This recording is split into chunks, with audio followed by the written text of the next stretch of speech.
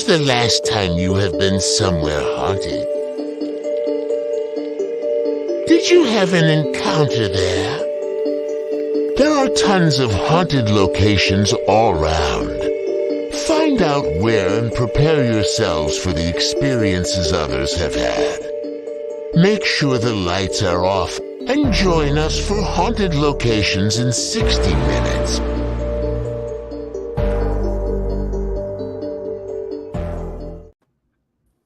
Hello. Well, Hello. hi, everybody.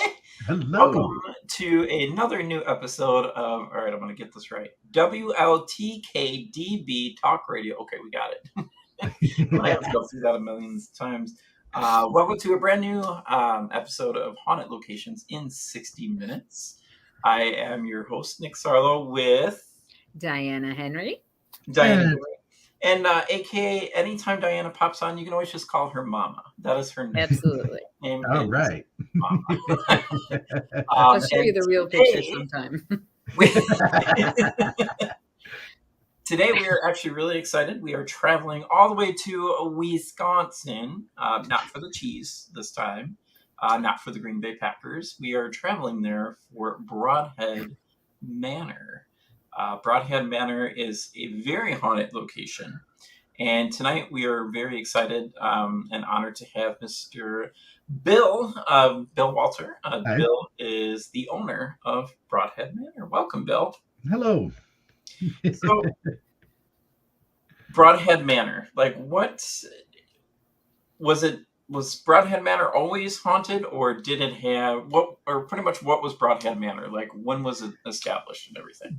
Broadhead Manor was half of our school was built in 1906 as the original 1 through 12 school in Broadhead, Wisconsin.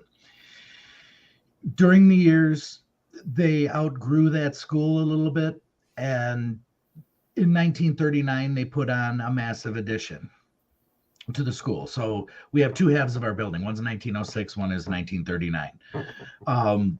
It still remained grades 1 K through 12, and throughout the years they built new schools in town, and they pulled first the elementary kids out, so it was just the middle school and high school. Then they built another school and they pulled out the high school kids, eventually leading up to it was a middle school for the town until the new one was built. In 1996, the school had actually closed down, and after it closed down, it sat for 20 years till they had 3 or 4 owners before us that basically gutted the entire building, saying they were going to do this and they were going to do that, and they never accomplished anything with that building. I needed a location for a haunted house that we were building, for entertainment purposes, and this was the perfect building to do it in. Well, during that little period of time that we started building, things started disappearing on us, things started moving on us. We started experiencing stuff in our general areas, like things touching our legs when we're standing on a scaffolding. We started experiencing, we had a clown in the gym that we faced him one way and there's no way anyone could move him, and the next day he's aimed another direction. Then he started moving again, and we caught it on, we didn't catch it moving on film, but we took pictures of everywhere it moved in that gym, just the head and the shoulders looking different directions. So we decided to call in Expedition Entity. They were the first group to ever come in and investigate the building, and after they left, they guaranteed the building is haunted. And if I didn't believe them, to get 3 or 4 more groups in, and 3 or 4 more groups came in, and they all confirmed the same thing in the same rooms, and getting the same responses back on their SB7s and stuff like that. So we realized the building's haunted. Yeah. I think we've been to the building a few times, and Diana, I'm pretty sure you would agree. There's stuff, there's no doubt there. Stuff to that building. So we do have some I can't even talk tonight. We do have some people watching. Robin, we have Facebook user. I don't know who that is. And then we have Christina Bloom. Hello there, Christina. Hi, Um, Christina. Easy killer. I'll see you tomorrow. so what kind of experiences have people experienced in the building? Well, depends on what area you are in the building. It is a 60,000 square foot building. We have 3 floors. We have a separate boiler room, janitor room, containment area down in one off to the side of the building a little bit with tunnels leading back to it. So it does get creepy down in there. We have the original 1906 boilers in the building that give an added ambiance there that you have to experience. In that area, we have a resident janitor spirit. It comes from what we've researched back in history. They have nice. Hi, Courtney. We have basically got his name as John Neuschwanger. He was the resident janitor there from 1906 to about 1911. Besides him, we have, if I want to really take a wild guess, I'll say 10 to 12 adolescent spirits. They're kids. Mm-hmm. The way it's been explained to me is the people in that area worked on farms. They were farm kids. You wake up in the morning, you're basically working till you go to school. That's where your happy place is. That's where you remember your happy place, playing in the playground, visiting your teachers, doing this, doing that. Right. Then you get home from school, you're right back to work, and then you go to bed. That was your day. So fast forward, you're 80, 90 years old, you pass away, and you want to go to a happy place. Well, that school was your happy place, in your memories. So boom, you jump down into that area and you remain there until you pass on to your next plane of existence. And yeah, the resident spirits, the kid spirits that are in there are mischievous. They are fun. There's no evil in the building whatsoever. We have a grouchy old janitor, and we also have one of our resident principals that are in the building. We got his name. He's Mr. Fiskerer. He's very stern. He's very demanding. He runs a tight ship with an iron fist. That's how I can describe it. When people walk by his actual office, you can watch them take their fist and clench it in their hands and pound into their fist like I'm ruling this place. It's just a feeling you get when you walk by there. Mainly the older spirits that we have that are between the ages of 17 to 24 that really like to mess with you play up on the 3rd floor. The younger kids that are between the ages of 7 to 11, that would be Thomas and Norman and Elizabeth and Charlie and Rebecca, and there's a few other ones that are in there. We've gotten all their names through the SB7s and portal boxes and stuff like that. Mm-hmm. They like to remain where I am. It's like I protect them. They feel safe around me, that the janitor's not going to yell at them and the principal's not going to yell at them and the other kids aren't going to pick on them and stuff like that. Elizabeth is my little tag along. She's 7 years old. Mm-hmm. That's the age we keep getting over the voice boxes and stuff and the obelisks. Elizabeth is fun.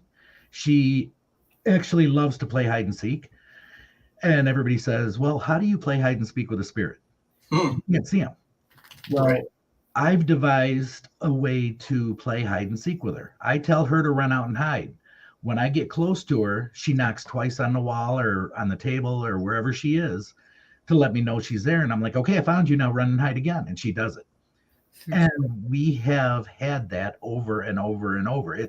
We've got it on recordings, the knocks. We've got many, like the EVPs, the recorders. You know what I'm talking about, Nick? The digital voice recorders. Yeah. The digital voice recorders. Yeah. Mm-hmm.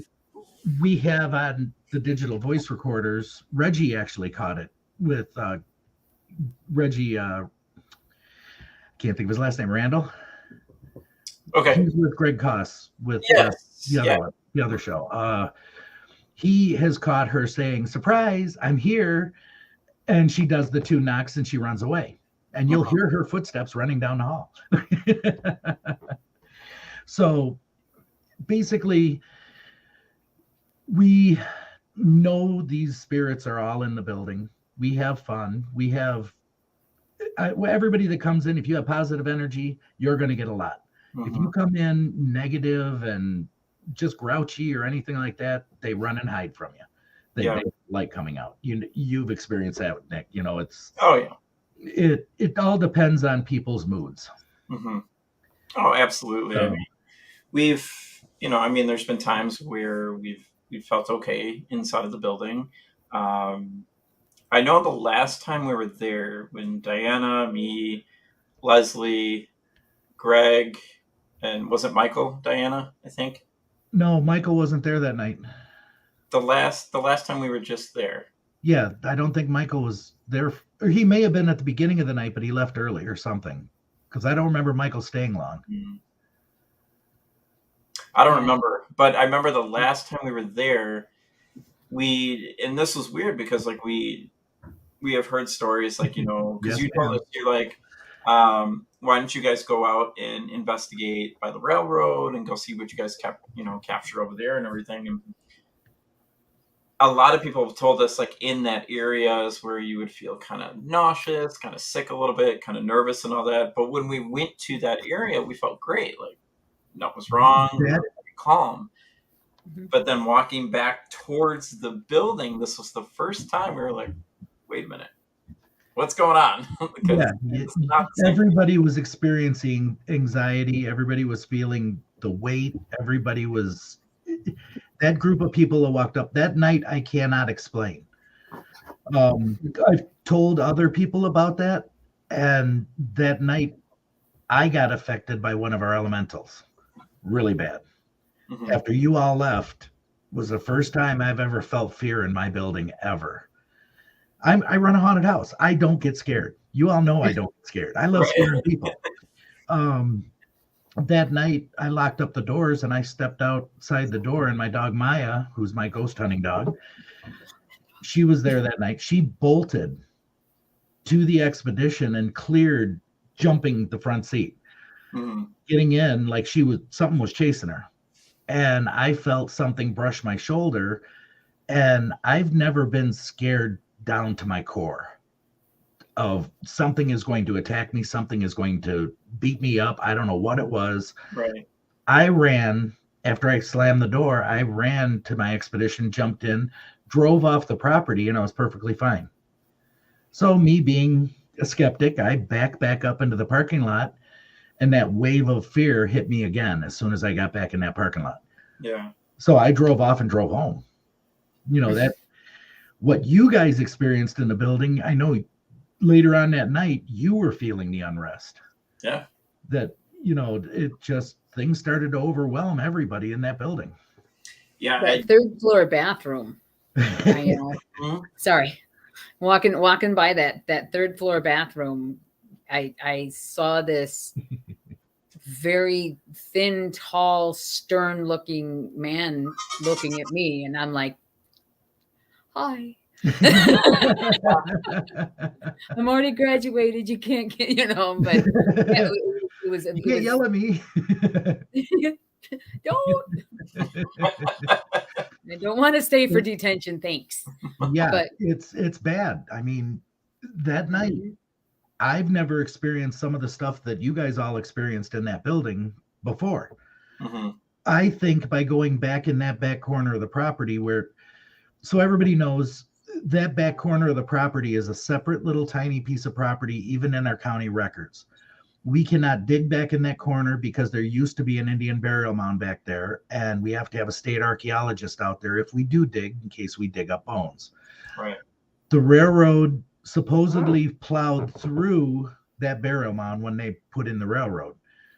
With they don't care. They have no remorse for anything like that.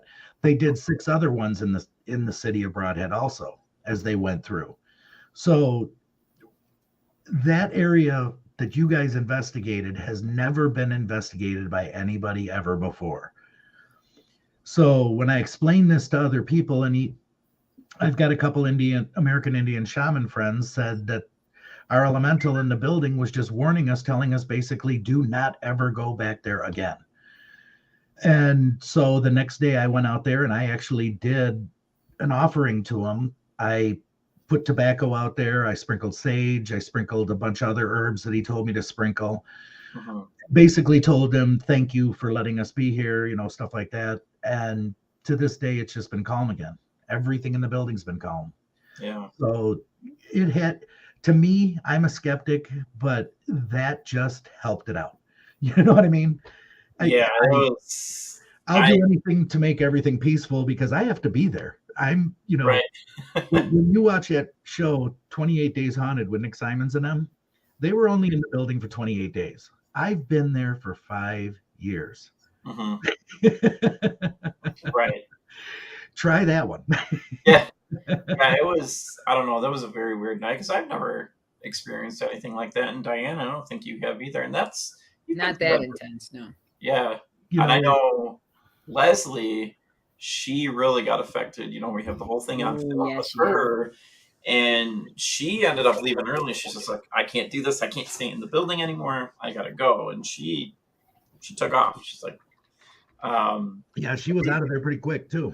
And we kept asking her, are you sure you're okay? Is there anything? She's like, oh, the snow is coming, even though it didn't snow until like 2 a.m. But and this was at like 11 o'clock at night. We're like, okay. But, we're not going to ever argue with anybody that wants to go. Like, if you don't feel comfortable, you go, Right. Jessica, this is Brodhead Manor in Broadhead, Wisconsin. Where Spirits in the Spring is going to be held here in 1 month. Woo! I can vomit just thinking about it. Calm down, Nick. We got this under control. No, I'm just kidding. I'm not going to do that. If I do that, I might make myself puke. But yes, we are having a huge Paracon there next month, April 22nd. We have Patty Negri, and we have Natalie Jones from Paraflix. We have Nick Simons and Aaron G. Thompson. Aaron G. Thompson from 28 Days Haunted, as seen on Netflix. Shadow Hunters is going to be there. We'll be there. There's Expedition Ed will be there as well. There's going to be a lot of people there. And it's going to be a very fun event. I can't wait for it. And all proceeds, like for food and everything like that, is going right to the food bank in Wisconsin. And then there's a food bank in Illinois that we're going to be giving food to. Yes. So it's like a big charity event. Yes. So if you hear otherwise, it's a lie. Yeah. Tickets can only be sold at the door. If anybody tries to sell you tickets, guaranteed, they are lying. Yes. We've already had that, even though we've warned people, tickets are on sale at the door. Correct. There will be a ghost hunt that night too. Tickets for the ghost hunt will only be on sale. Guess what? Again, on the day of the event at only, I think we set the time at like 12 p.m. I think. Yeah, noon. We're going to have the opening of the ghost for the ticket sales for the ghost hunt, and we're doing 20 ticket sales for the ghost hunt that is from 8 p.m. till 12 p.m. After the event. We're going to take a 3-hour break after the event to get everything cleaned up, or a 2-hour break, get everything cleaned up, organized, and start the ghost hunt. And that's going to be the entire building. Now, when people come up to the building for that day during the Paracon, only 1.5 floors is going to be open for people to view. Yep. The entire building is not going to be viewable. I will be doing tours of the building once every 30 minutes. If you gather at the concession stand, I'll take a group of people and tour the building with everybody. That way it's escorted, and I know we're not going to get anybody into trouble, or I'm not going to get into any trouble just wandering around the building. Right. Everything else that day is completely on Nick. The stage is his, and he's going to have a blast. God. I think it's going to be great. I think everything's going to go good. I'm excited for it. Thank you, Courtney. Everything will be good. And if anybody has any questions or anything like that, you can always go to www.shadowhunterspara.com/spirits in the spring. You can message Bill, you can message myself, you can message Diana. We will try to help out as much as possible. Correct. And then so we got about 9 minutes till we got to take a commercial break. So to get back to Broadhead, were you, when you first went into the building, for the haunted house and everything, did you think it was haunted? Nope. By any chance? I had no clue. I've always been a skeptic on haunted houses. I watched the paranormal shows on TV way back when, and I'm like, no, this ain't not. They're lying. they're staging this for TV. Da da da da da. Until things started happening. I mean, you're working on a circuit breaker box because I do all the electric myself. I do all the plumbing myself, everything. I'm working on an electrical box. Right when I'm in the middle of something critical doing, something comes over your shoulder and goes, hey, really loud. And it's like, it makes you jump. It freaks you out. You think something just exploded because that's just the shock you get from it. I thought, okay, it was just somebody making a noise. I look in the hall, there's nothing there. My dogs are nowhere around. Well, then I'm like, okay, I'm just hearing things. I'm in the building alone. This happened multiple times. So then, okay, after Expedition Entity told me I had spirits in the building, I'm like, okay, fine.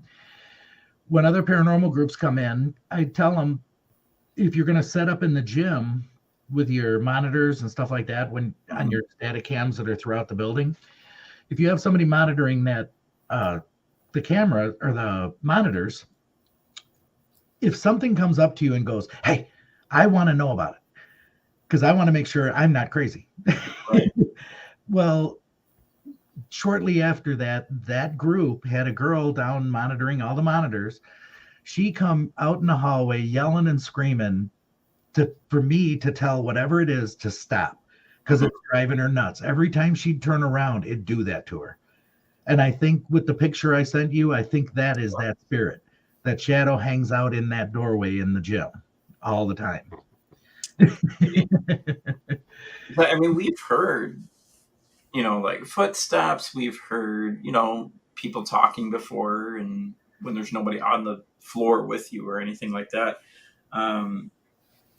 Which is the tour? Jessica, it'll be, the tour will be at Spirits in the Spring on April 22nd. If you come down to the Brodhead Manor concession stand that we have set up in the gym, I can let you know when the tours will be. There we go. Yeah. And I'm going to do multiple tours because I know throughout the day it's going to be different people all day long coming in and out and in and out and in and out. So I'll do multiple tours. So there we go. What was I saying? But yeah, I mean, we've heard random noises, random people talking, and all that kind of stuff too. Diana, do you remember anything specific, like with voices or anything? Thank you, Courtney.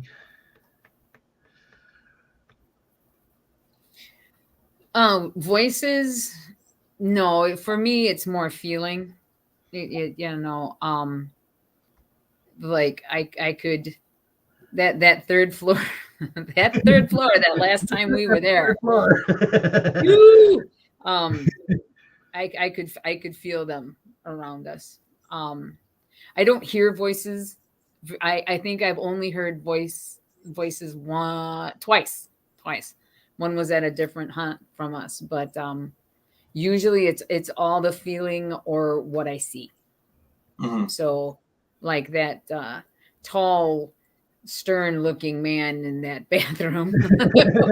Was it well, Diana, it's okay. You could just say it was a tall drink of water. Just oh God, no, he wasn't. Now, if he was fine, boy, I tell you. You. Jessica, you can go to our Brodhead Manor Facebook page. And if you follow that page, we will be announcing that once a month, we basically will have an open to the public ghost hunt where everybody comes in, and we have a paranormal team that will lead you out into the building, teach you what you're doing, how to do their equipment, stuff like that. If you follow our Brodhead Manor page, we will announce it 1 month in advance the date of that event, and anyone from the public is willing to show up can show up. So just to experience what we experience. I mean, I experience this every single day. And you know, I walk through the door of the building. I go, "Hi guys, how you doing today?" You know, and I'll talk to them all the way through the first floor, tell them how my night was the night before and stuff like that. And I can feel the energy in the building begin to build, you know, more and more and more the more I talk. Yeah. Then if you really want, if I know a paranormal team's coming in, I usually start about 1:00 in the afternoon. They love music. And they love period music. They go from I start with 1920s, 1930s bands, the big band eras. Yep. Then I move into the 40s and 50s music. Then I move into the 50s and 60s music. And I just progress all the way up to today's times. How do I know that one or two of our spirits aren't from the 90s or, you know, the 80s? You give it to them all. Right. And by the time the paranormal teams actually come in at 5, 6 o'clock at night, most of the mediums, most of the psychics that walk through that door can just feel it's like electricity in the air. It's just energized so big. Oh, yeah. every time. It's fun to play there. Oh, yeah, and it's very interesting, like especially like with the music, which I'm sure your spirits are gonna love the music for Spirits in the Spring. I made sure it was, you know, to kind of get them out, get them active, and then all the other. So what's cool this year is all the speakers, they got to pick their music before they go on. So I mean, you got rock, you got trance, there's no country. So I'm pretty sure people will be pleased about that one. Come on now. I play country all the time. I don't like country. I like country. But nobody picked country, but there's a lot of rock. There's, you know, all that kind of stuff. We have Prince. We do have Prince to make there sure. You go. Because we always get stuff with Prince. So let's see. I think we have 2 minutes before we go on commercial break. I think. There was one thing Hi, Jamie. that I remembered. It was the room with the couch and the dolls. Yes. The gift shop. Mm-hmm. Yeah. We were doing the Estes method and I was sitting on the couch. That time I heard, because I had my headphones on, I heard somebody behind me. Hey. Did it go hey? Okay. Yeah. Now see, the last time I said what I was like. the last time I was doing an actual Expedition Entity. Let's see, was that Expedition Entity? No. ACG filmed their Sounds of Music or Sounds in the Spirits. Yeah. Their documentary. I was sitting on that same couch with Maya, my ghost hunting dog. It's the greatest dog ever. She was laying on the couch next to me, and in the middle of the interview, we had my mic on. They had the boom mic that came over the top of us, and they had 2 side mics, just so they could hear whatever's going on all the way around us in like stereo vision, you know. Right. Well, as they're asking me questions, I start the interview. Something behind that couch growled really loud. They heard it on every single microphone. I didn't hear it really that much, but Maya heard it. Maya jumped over the top of the back of the couch like she was going to attack something. She couldn't get over the back of the couch, so then she decided she was going to go under the couch. And she about flipped the couch out with me sitting on it, trying to get whatever was behind me. Oh, wow. So when you said it, it came up and it said, hey, I know there's something behind that couch.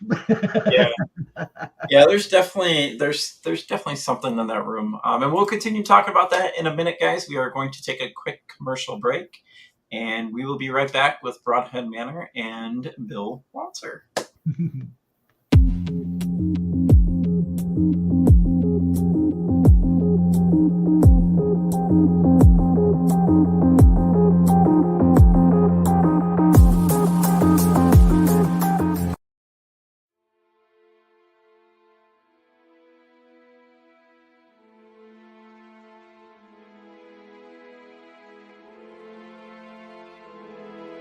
Heard a girl scream down here. Are you kidding me right now? I'm listening. Very well. Thank you so much.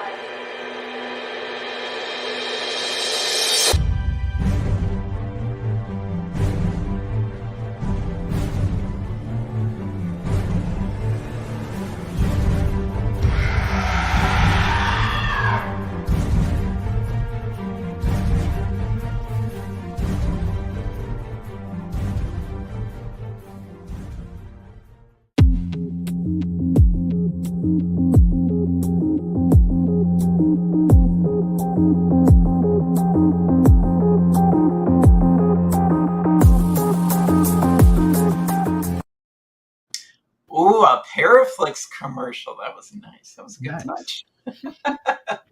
Welcome back, everybody, to Haunted Locations in 60 Minutes. We are with Bill Walter, and we are over at Brodhead Manor in Broadhead, Wisconsin. And we were talking about voices inside of the gift shop. Diana, you said you heard somebody say "hey," and then Bill, you said in the gym area, or not, or was it in the gym, or was it in the gym area is where I hear "hey" all the time. Okay. I sent you pictures earlier of that shadow figure that was standing in the door. Let's show those. That I believe is our little resident spirit. That's "hey," but he's about 6'4". He's big. I mean, he takes up almost a whole doorway when you look at him. So I'm going to show you guys those pictures that Bill had sent over. Let's share. To go to present. There we go. Okay. So Bill, do you want to explain kind of? Okay. In this first picture, if you look at the doorway, you'll see where the black door behind it is.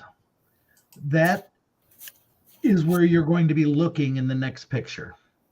Around here? We took a series of 10 pictures in a row. Out of the 10 pictures, only 2 have the shadow standing in the doorway. There's the one. And then this the other more defined. And then in the next series of pictures, it was just a doorway again. So we caught him peeking around that doorway. And then you captured the one up on the 3rd floor. So on the 3rd floor, this is what that one. Oops. Let me grab it. This is brand new. Hold on. Hi, Sydney. Here we go. So we got that. All right. So in the pictures, this is what we had captured first. Is, we took a series of pictures. So this is the upstairs area. And as you can see, there's nothing. There's, you see the 2 red lights and you see a blue light. You don't have it up yet. Yeah. Oh, is it up yet? No. I'm like, where is it? Where is it? Where is it? You guys aren't seeing anything, are you? No, not yet. Here we go. Let's retake this. It's okay. It's going to take a little getting used to. Share screen. Is it up now? Nope. Yes, no, coming. Oh, okay, there we are. There we go. Okay. So in the first picture, so this one right here, obviously you guys can tell there's nothing. This is the 3rd floor of Brodhead Manor. Correct. So the blue and the 2 red lights that are over here, that was, I think we just had some paranormal equipment out and they started going off. But then I was taking pictures. Diana is over here. Greg is over here. Sitting. But why Greg didn't come up in the picture, I don't have any clue. That's what's weird. Right, like there's no Greg at all. Right. Now the next picture is our shadow figure friend. Yes, and I can see the legs, I can see the head, I can see. Mm-hmm. You see 1 or 2 heads? I see 2. Yeah, so do I. Right.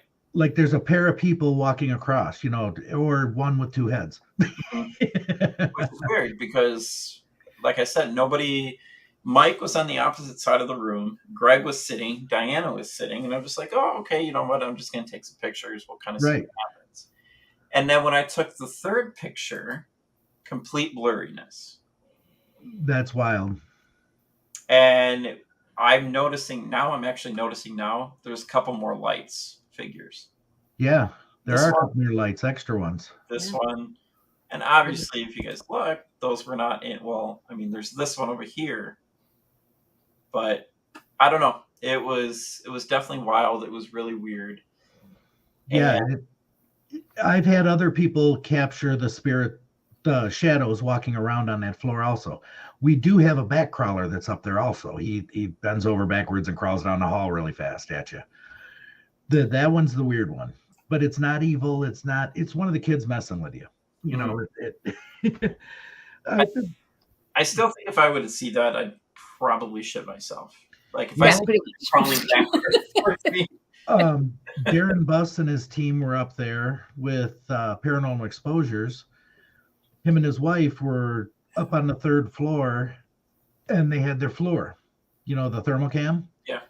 They aimed it in that same exact direction you were just looking at in that picture.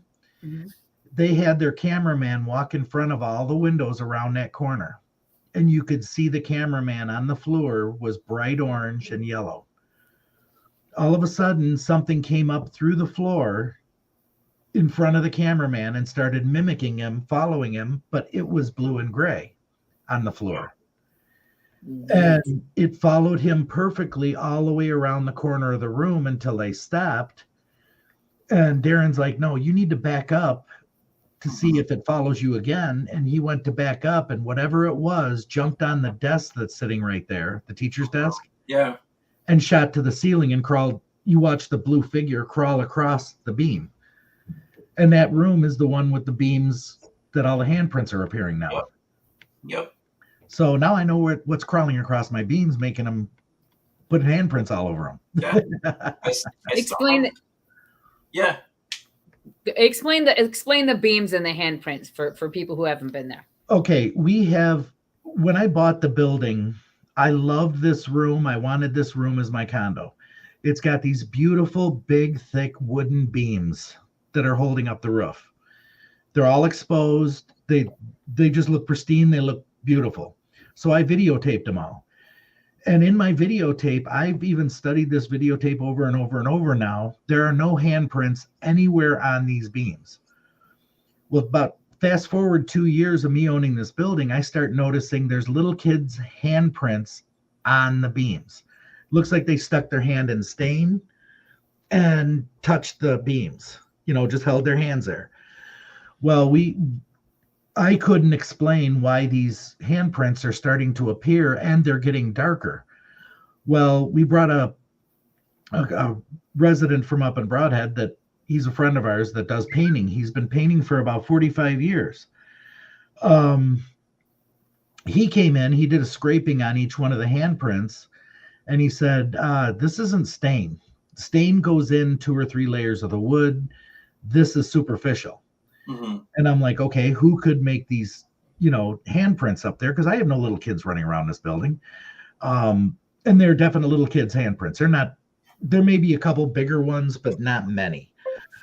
Well, he said, this is really odd because the piece of paper he scraped it off onto was powderized. He said, this is burned into the wood. It's not stained into the wood. Yeah. And that just totally gets me onto a whole nother story going on. I don't know. I can't explain it.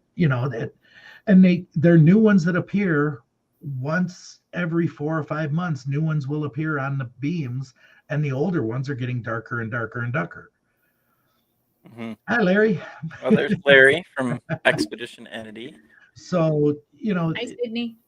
Those beams I just cannot explain. Well, now the ductwork, there's metal ductwork for the exhaust systems that run through the corner of the building. Those were all clean. Now we're getting handprints on that. Mm-hmm. There's actual handprints. And it's on the metal. It's like, now what can make a handprint on a piece of metal? You know what I mean? Right. Yeah, it's definitely, it's like I said, it's very odd on that 3rd floor. There's so much going on and activity on that 3rd floor that everything changes every single day. Mm-hmm. And you may go up there some days and you won't get a thing on the 3rd floor, but the 2nd floor will be active. Right. Mm-hmm. Right. It's like they jump down a floor and then they go back up and play on the next floor, just to have some fun. I think what would be fun is I wouldn't mind doing it. And I don't think Diana would mind either. Like if we were to, stay the night again, have somebody sleep on the 2nd floor, have somebody sleep on the 1st, 2nd, and 3rd floor, and just kind of go back and forth of, what's going on and all that, and kind of see if they know that we're on those floors and kind of interact with it. I'm sure they do, because I'm pretty sure whatever's in that building is definitely intelligent. Oh, they're more than intelligent. They're learning. Yeah. I mean, some of the responses on the portal boxes that I've gotten recently, they blow my mind. Mhm. Because I'll give you one example. I think I've told you this one before. Sandy Harris had a group up there, a group of people that were skeptics and they didn't really know about the paranormal stuff. I told her, take them up to the 3rd floor, up to right where the door to that big conference room is. Okay. That end of the building. Mhm. Well, I stood down on the very 1st floor just to listen in on I wanted to eavesdrop and just listen in on what they were getting. And I heard the portal box go, "We're here." And she goes, "Well, who's here?" "We are demons." Is exactly what they said. And she goes, "So you're demons?" "Oh, yes, we're dark," is what they said. And I'm listening to this and I'm like, okay, I'm going up the stairs. I gotta find out what this is. As I started to walk up the stairs, I made it to the 2nd floor landing and I was turning to go to the 3rd floor. And all of a sudden on the portal box, you hear, "He's coming." So Sandy Harris asked, "Well, who's coming?" "Satan." First thing that came out of that box was Satan. And as soon as I walked through the door, it goes, "Oh, hi, Bill." So they're trying to joke with us now. And that's what blows my mind is how much they do want to joke with you and play with you. Right. See, I'm kind of, very curious now with Spirits in the Spring, how they're going to interact with everybody there. Like, they're really going to have a good time. With the haunted house, we've experienced half of our electricity in a room shuts off and the other half stays on. Mhm. Well, I go look at the circuit breaker boxes to make sure nothing's blown, and all of a sudden the entire room will switch. This half will be off and this half will be on. And then I'm like, okay, you guys need to stop, and then all the lights come on. There's been other parts that why the haunted house is running. We've had actual, not photographed orbs, we've had actual lighted orbs shoot across the top of our maze, which is 10 foot up in the air, go from one corner to another, and all the patrons that were inside that maze, because it's pitch black, come running out saying, "Who has a flashlight? What's going on in there?" Even our actors ran out, and I couldn't get my actors to go back in there because they were afraid of this white light that kept going across the room. Right. So well, it's probably curious. What the hell's going on and here? you think about it. All those people, you're talking 600-700 people being in our building at one time. That's pure energy. Let's draw off it. Let's have fun. Let's really get them. Now, if scaring them, why don't we scare them? That's what I'm thinking. My spirits are thinking. Let's play with these people. And I'm sure the same thing's going to happen at Spirits in the Spring with with all these people coming in there and all that. I got video. I got video of a light anomaly by the it was by the swing. Yeah. That red swing. Yep. Yes. Yeah. It was just kind of going. I only saw when I was looking at it, I only saw the swing moving. But then when I went back and I looked at the video, there's a little light that's like running around all under by where the swing is. Right. Yeah. Now, during Spirits in the Spring, that swing is going to remain in that one spot. I will not move it because they like to play with that swing. They do. Right. Especially Norman and Thomas. Norman and Thomas, if you sit in that swing and you actually do an Estes session, Norman and Thomas will run to you and start talking with you. They want to come through on the Estes. We'll have to give that a try. Yeah. We'll put Diana there. I'm good. That's good. My temporary condo is right there next to that swing. That's my room right there. Right. Mm-hmm. I moved my room out of the principal's office because I got tired of things dragging on the ceiling all night long and keeping you awake. It was it felt like somebody had put a dresser on the 3rd floor and kept dragging it back and forth. But you go up on the 3rd floor, you don't hear it. You go back in the room and you can hear it clear as day. Right. So it's like being dragged upside down on that ceiling is what I'm guessing. So I moved out of that room and built myself a new condo thinking, okay, they're not going to be here. Wrong. Now I'll sleep in one bed and then whoever's spending the night for the weekend or whatever, lately they take the other bed that's across the room. I'll start to doze off, and all of a sudden my dogs will all jump off the bed, and something starts jumping up and down on the bed, like kids jumping up and down on a bed. no. And you can see the divots in the bed. That's what blows my mind. Yeah. I tell them to stop. The dogs all jump back up onto my bed because they feel safe. And I hear the person across the room go, "Would you tell them to stop? They're jumping up and down on the bed." Mm-hmm. We've had Ethan Kumarad was up there, and he spent the night on the love seat. He said he woke up in the middle of the night and saw something hovering over him, like laying over the top of him above the couch, just floating there. And then when he did a double check with his eyes, he's like, I still see you. And then he said all of a sudden it just disappeared. That'd be weird, you're just sleeping and all of a sudden. Yeah, something's right there. It's like, okay, this is at a Ghostbusters movie, Yeah, right?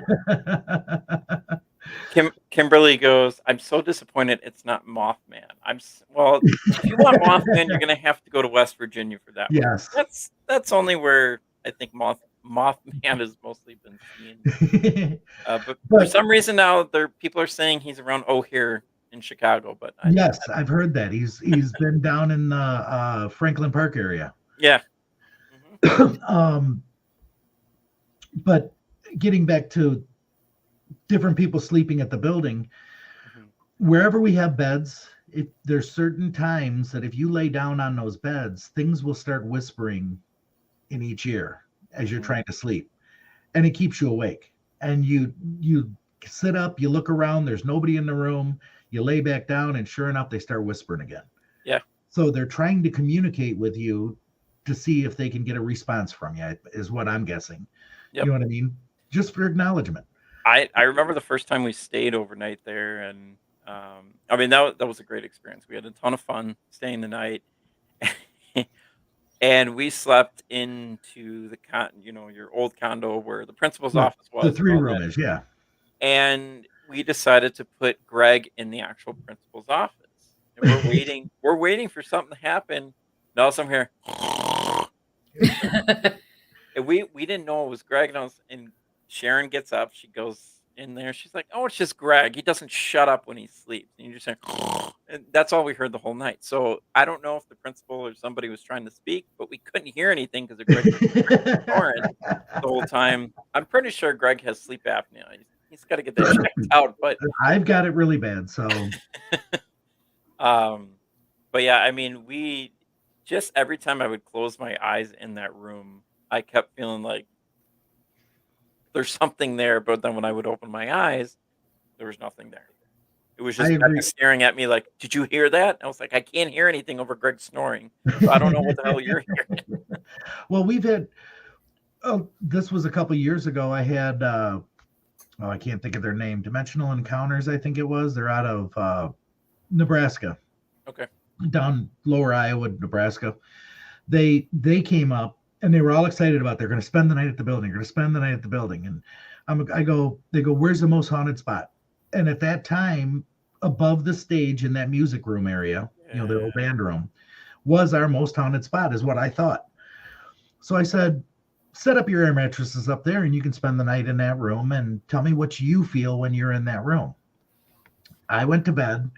I came out the next morning, and there's 2 air mattresses pushed up against our concession stand with them sleeping on those air mattresses. I'm like, "I thought you were sleeping upstairs in the room." They said, "Yeah, until the bed flipped." Their air mattress totally knocked them off the air mattress. There were those taller ones. I said, "Sure you didn't roll off it?" He's like, "No, I was awake and it rolled me off the air mattress." There's Sharon. Hi, speaking of Sharon. Hi, Sharon. So yeah, I mean, it's definitely if you guys are looking for a haunted location to go to, definitely 100% go to Brodhead Manor and sleep there too. Make sure you guys do sleep there. We do overnights. We've now opened our investigations. We have a daytime investigation that runs from 11 till 5. That's in the afternoon. Mm-hmm. That's our lowest priced one, and it's for an amount of people up to 16 people is only $150 for everybody to come in and experience the building. I give you a tour. You can investigate all you want during the day. Our activity usually starts about 7 o'clock in the morning and goes all the way to 3:30 in the morning, 4 o'clock in the morning. It never really stops. We do have 10-hour investigate or 8-hour investigation. Sorry, excuse me. Goes from 6 p.m. till 2 a.m. Usually I let you go a little longer. It's just me. Because everybody's usually having fun and I don't want to see your fun end. I want you to really experience what we have. Right. Or we have the next option, which is a full overnight. You come in at 5 p.m. and you leave the next morning at 10 a.m. And I throw in a bunch of amenities for you. You usually get a bunch of snacks all night, and then in the morning you'll have breakfast. Yep. Absolutely. And I think that's one of the great things about Brodhead Manor is, the amount of hospitality that is shown to everybody at Broadhead. I think a lot of other places show. I try. I mean, I want to treat any group that comes through there like I'd like to be treated. I don't want to come in and be disrespecting you or act like when you come in, I don't want to have you sign the liability waiver, give me the money, and then I just walk away and say you're on your own. You know what I mean? That's Right. not me. I like to interact with people. I like to show everybody a good time, make them feel welcome, make them feel at home. It's got to be that way, Oh, absolutely. And like I said before, it's great. Thank you, because Sharon. every time we've been there, we've felt extremely comfortable being there. Like except for the last time with whatever was going on in the building, we were like, wait, something's not right. But as a host though, like we always felt, and we've talked about this too, like we always feel very comfortable when you're there, and we like when you're there too, because the spirits seem to really interact with you. Yes. And when they interact with you, then we get some of the evidence too. Correct. Now, the last time you were there, I was cracking up so much because you guys went off to investigate, and Greg happened to leave his lights on the table. Yep. That directional light or whatever it was that he left with the spikes. Yep. He left that sitting on the table, and then he left a K2 meter down at the end that was still on, and there were like cat balls or something sitting on the table. Yeah. The minute you guys close that door to go out to do your investigation, every one of those lights start going off. I know it was Elizabeth and I know it was Thomas. They were in it because I was asking questions. The minute you guys walked back in, boom, all them lights turned off. But then as soon as Greg and I started talking, that directional light started lighting up like it was walking this way, then it walked this way, then it walked this way, Right. So they started feeling more comfortable and started playing while you guys were in the room. Yep, I remember that. I remember we started seeing some lights and stuff like that. And, Robin, also, it is. And also, you guys. It really is, Robin. Anytime we've gone to Brodhead Manor, a lot of us will put our phones on airplane mode. Yes, you have to. A lot of times, your cell phone will set off that equipment, or it can set off the equipment. So you want to be that's one of the things. The other reason now that I'm telling people, and this just happened a week and a half ago, I had another group in. It was a group of I want to say Boy Scouts, but they're not Boy Scouts. They're between the ages of 22 and 26, and they're leaders. They're the future leaders of Boy Scouts. They're in training or whatever. Well, they did a paranormal investigation. They came in. I'm explaining to them that if I walk through the building with my phone on normal, it starts dialing random numbers and vibrating. And as soon as somebody picks up the phone, it hangs up and calls somebody else. I've had that happen multiple times. 9 times out of 10, I leave my phone in the gym and I won't bring it out of the gym because they like playing with my phone. Yep. Well, this team that was there, the guy's name was Ed. He texted me just 3 or 4 days ago and he goes, I have 4 or 5 people in my group that said that when they got home, their Apple Watches were set back to default and their cell phones were the pictures on their cell phone. Half of them got deleted. That's crazy. And I'm like, okay, that's Brodhead Manor for you. Yeah. Now we only do have a few minutes left. Now, Bill, is there anything that's not allowed inside of Brodhead Manor? The only thing I do not allow is Ouija boards. I know they can be good, they can be bad, they can be whatever you want to call them. I do not allow Ouija boards because of the bad experiences I've had with them in the past. So I will not allow them in the building. And I do not allow seances. You can channel. Estes is a form of channeling. So you can channel all you want, but don't do an actual sit-down seance because I don't want you calling things into my building that I don't want there. Right. I do not allow black mirror. I'm sorry. You're all right. I do not allow black mirrors because I don't really like those either because that pulls things to your building.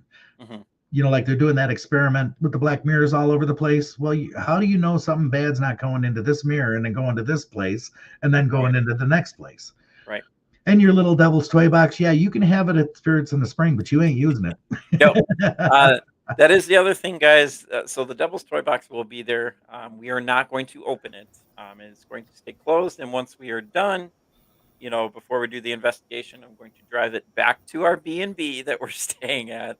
And it'll stay there. But people can take pictures with it, stuff like that. So yeah, make sure that you guys do check out Spirits in the Spring. Coming up next month, April 22nd from 10 a.m. to 6 p.m. Again, you can only get tickets at the door. So if somebody tries to sell you tickets, they're fake. Do not go for it. No, do not. And make sure that you guys do definitely check out Brodhead Manor in Broadhead, Wisconsin. Sydney is actually playing Megan. She will be the one playing Megan. Awesome, Sydney. And she's the perfect height for it. And we have blonde hair for her, and she's perfect. So yeah, Bill, thank you so much for being on our show on a location for 60 minutes. I really hope that a lot of people do kind of come on over to Brodhead Manor. Where can they find out more about Brodhead Manor? Like if they want to do an investigation? We only have a Facebook site.